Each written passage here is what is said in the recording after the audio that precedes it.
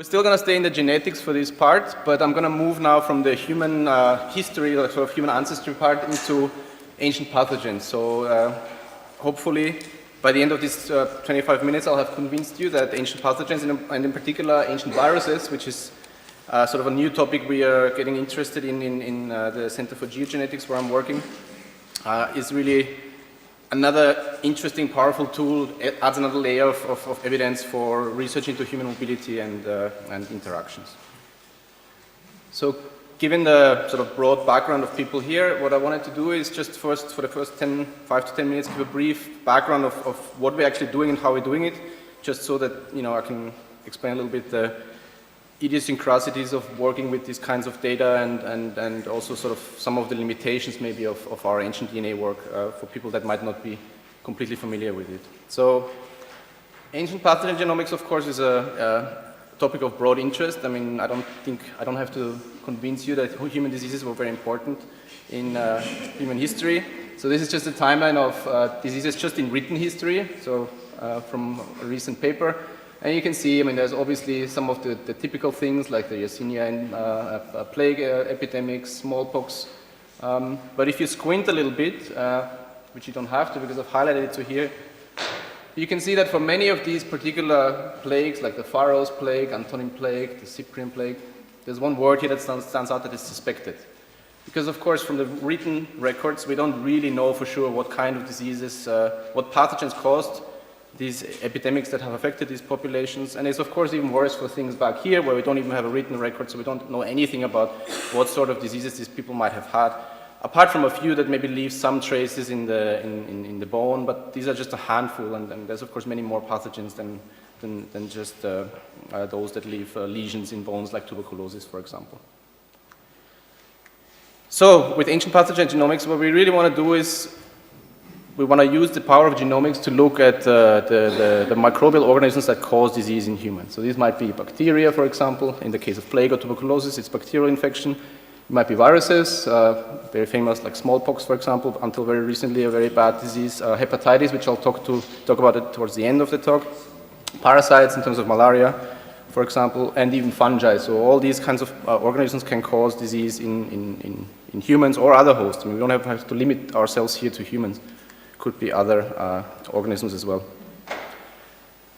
And when we recover genomic sequences from these pathogens, we can essentially try to do two different things, and that are complementary and very interesting, of course. So on one hand side, we can think about questions related to epidemiology. So of course, what was the cause of an ancient epidemic? How did it spread? How did it move from point A to point B?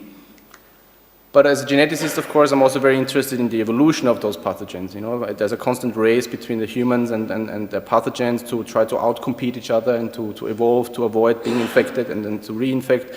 So these are very interesting questions to be asked there from a purely evolutionary genetics point of view, which I'm, you know, in this particular setting, I'm not going to talk about much, but of course, this is a very big reason to do this kind of research. Now, when it comes to ancient DNA, searching for the pathogens is, of course, a little bit of a stereotype, but it is the search for the needle in the haystack, because when we do ancient DNA, what we're actually doing is we take like a source material, like a bone or a tooth or any kind of material that we have from our individual of interest. We crush it up, we sequence the DNA, we extract the DNA, and then we sequence it. And in the talks before the break, we sequenced it for purposes of, let's say, this gray symbols here. These would be the human DNA, so we would want to get out the human part of it because we want to know about the ancestry of these people and how they relate to each other. But of course, when we do ancient DNA studies, these are really metagenomic studies, so you get this whole soup of different DNA molecules that can come from all sorts of different sources, and it turns out actually most of it, which maybe is this blue part here, would be just environmental contamination. These would be microbes living in the soil or fungi that colonize the bones or teeth after death. So, you know, it's a very complex mixture of different DNA molecules, and if we want to find like our pathogen DNA in there, it is sort of a search for the needle in the haystack because it's embedded into this big mix of things that we don't actually care about when we want to study ancient pathogens. So to give you also a sort of a feeling of what we're talking about here in terms of the scale of things, so if you imagine like this big white square here, that would represent the size of a human genome, roughly, if you just take the length of the sequence.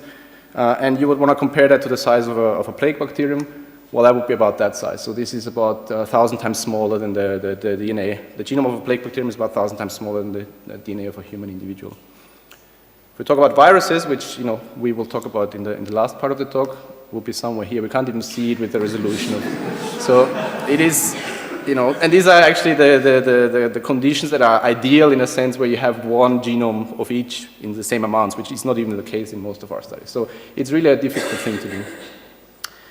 There are also other challenges, of course. We know that DNA is not preserved well, but it, of course, decays over time. So the longer you wait, the harder it gets to isolate DNA. It depends a lot on the local and environmental conditions.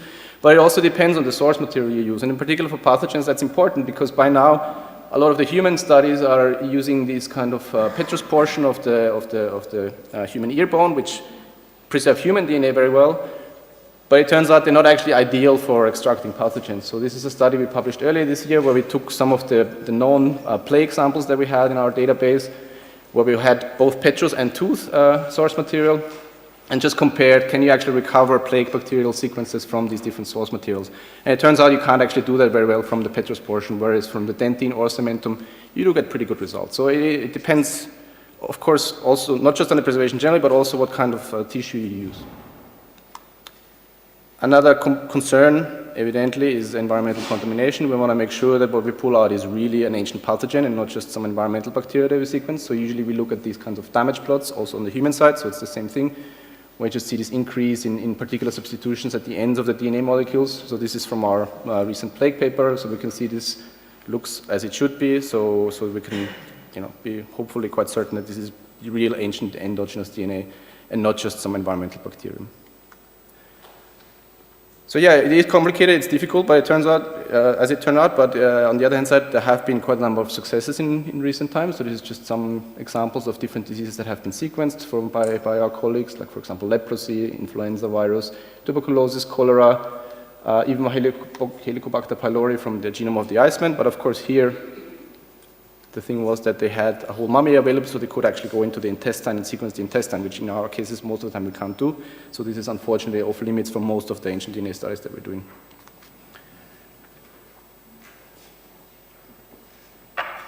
Okay, and then for the second part, I think in many ways, Yersinia pestis is sort of the poster child for ancient pathogen DNA because, of course, for evident reasons, because it was a very important pathogen and people have long been interested in it, but it turns out it's also one of the easier ones to get from ancient DNA, like to isolate from ancient DNA.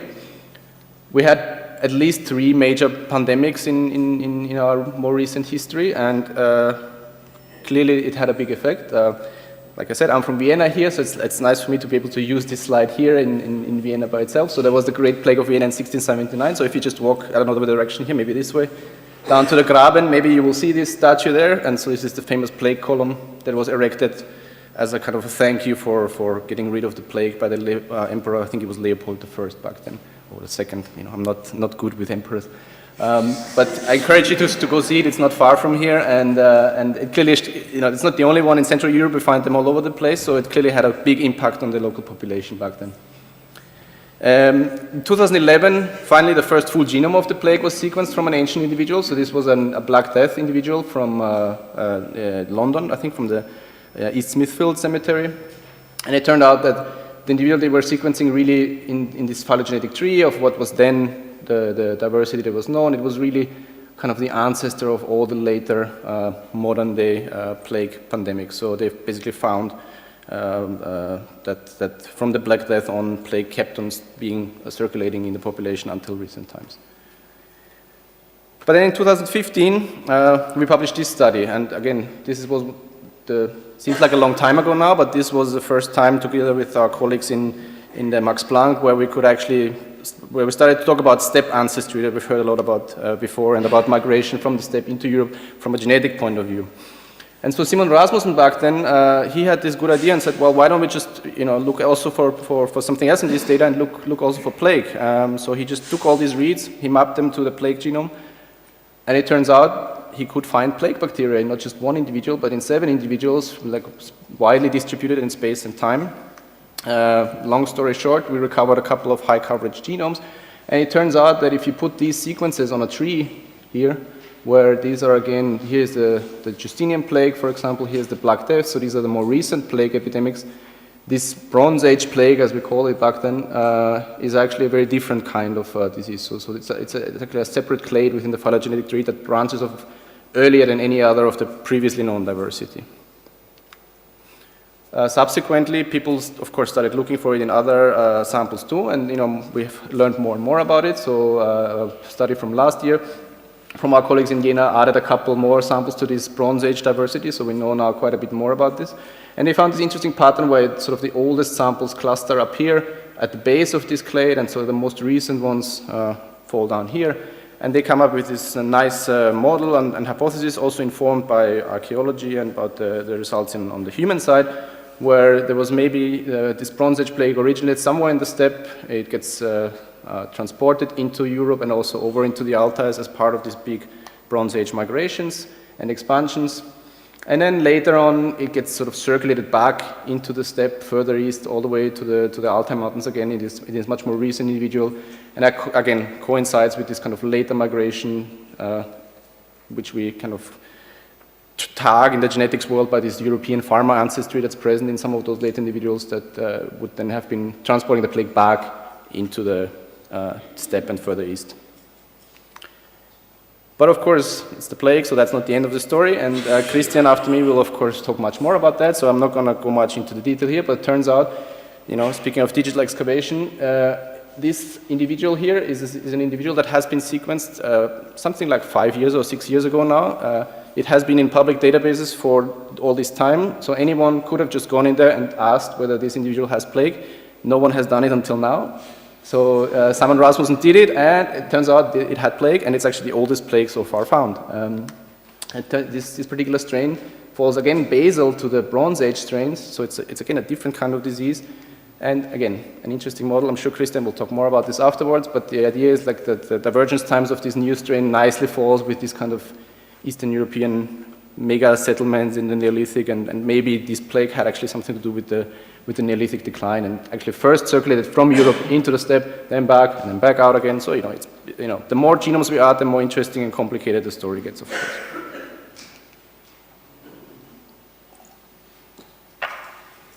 Okay.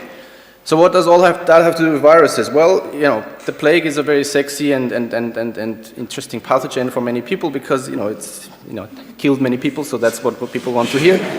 But there are many other diseases out there that we might want to study, and now we can do that actually because there are just many different, anything that has DNA in principle we can study. And so turns out a very interesting one is this little fella here. So that's hepatitis B virus, which, most people will know about it, obviously, but just to remind yourselves, it is a very important pathogen currently. So there's about 240 to 350 million people infected currently, so it's a pretty big deal.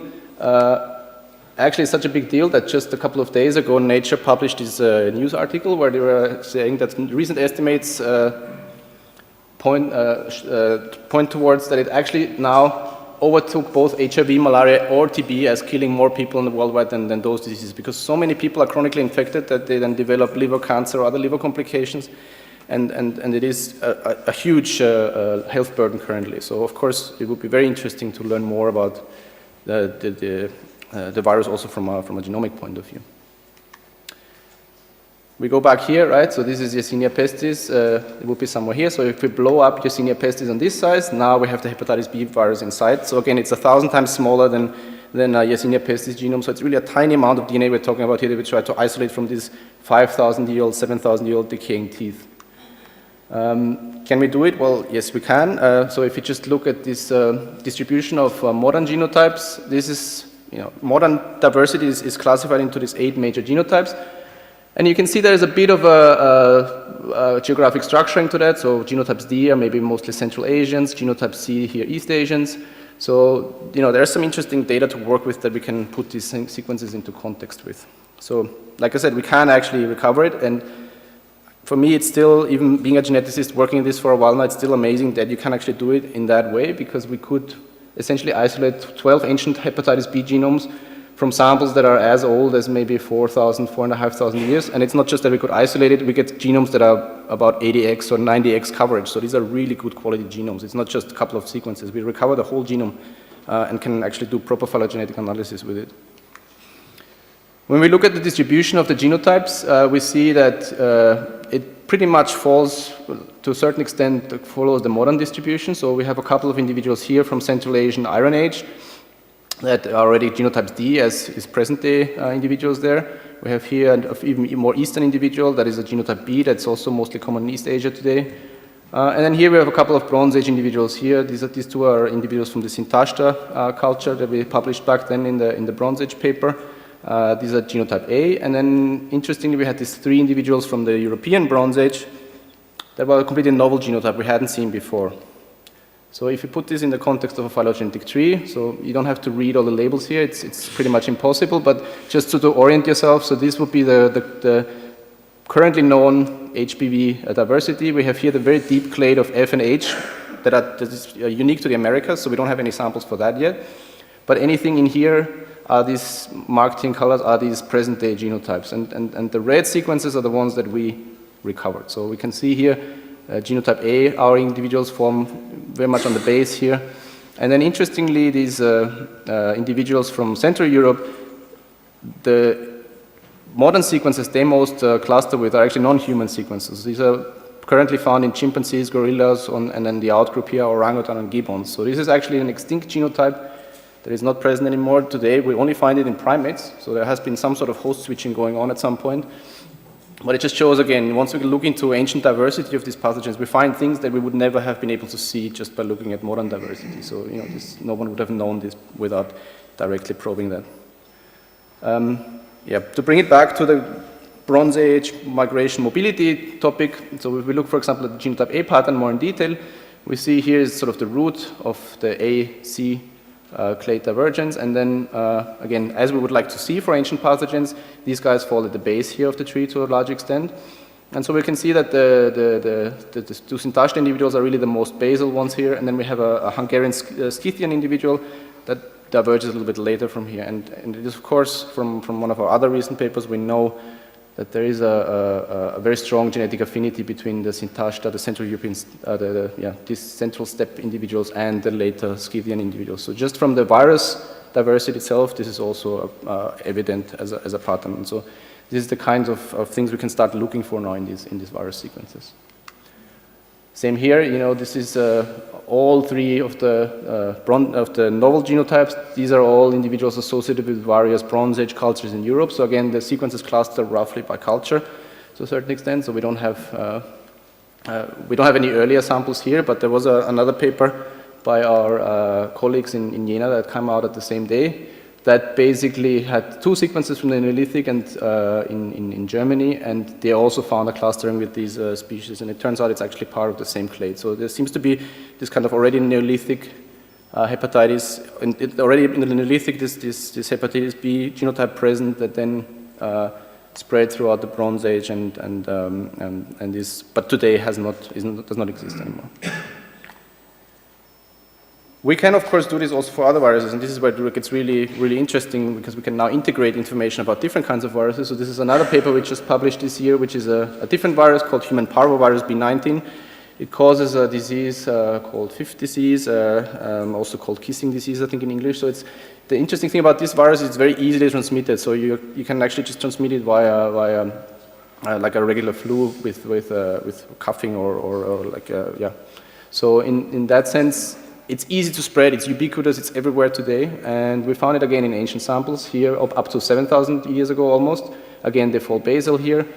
But again, also from our published data, I can say that this is a virus that's everywhere, so we can find that more and more in ancient data. And so what that means is what I think we'll hopefully get to at some point with more and more sequencing and more ancient samples is that we should be aiming to get towards some sort of genomic epidemiology of ancient viruses where we can really start to trace the trails of particular viruses from their origin through time and space during an epidemic, but also during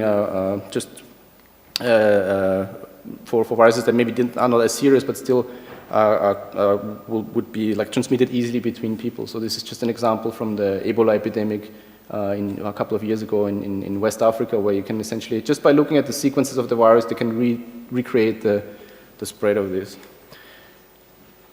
So to conclude, I think I just wanted to leave you with this, and why I think this has great potential also to be used as yet another marker for mobility and contact between populations. We just put this up on bioRxiv. I don't know if it's on yet.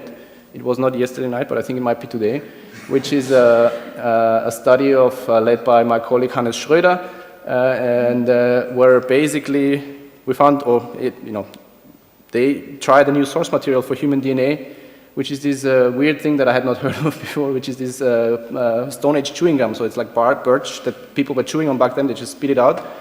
So they just tried to sequence it. Turns out you can recover a 2x human genome from that, no problem. So these are actually, we found this was an individual, the individual that was chewing on this chewing gum was an individual from a hunter-gatherer background, so Western hunter-gatherer type.